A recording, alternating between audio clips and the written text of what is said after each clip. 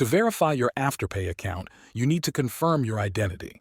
This is required to protect your privacy and to meet legal rules. Afterpay will ask for some personal details.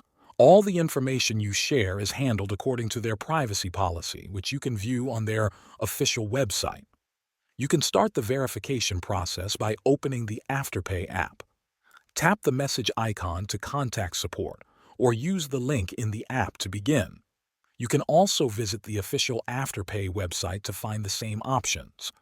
If the system cannot verify your identity automatically, you may be asked to upload a copy of your ID.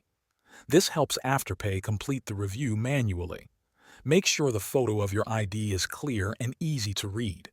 You can check your verification status at any time. In the app, go to your account section and tap the person icon. You can also do this online by logging into your account on the Afterpay website. If you see a request for more details, follow the steps provided. If you are not able to complete the verification, contact Afterpay support. They will help you continue the process and answer any questions you might have. That's how you verify your Afterpay account step by step. Thanks for watching.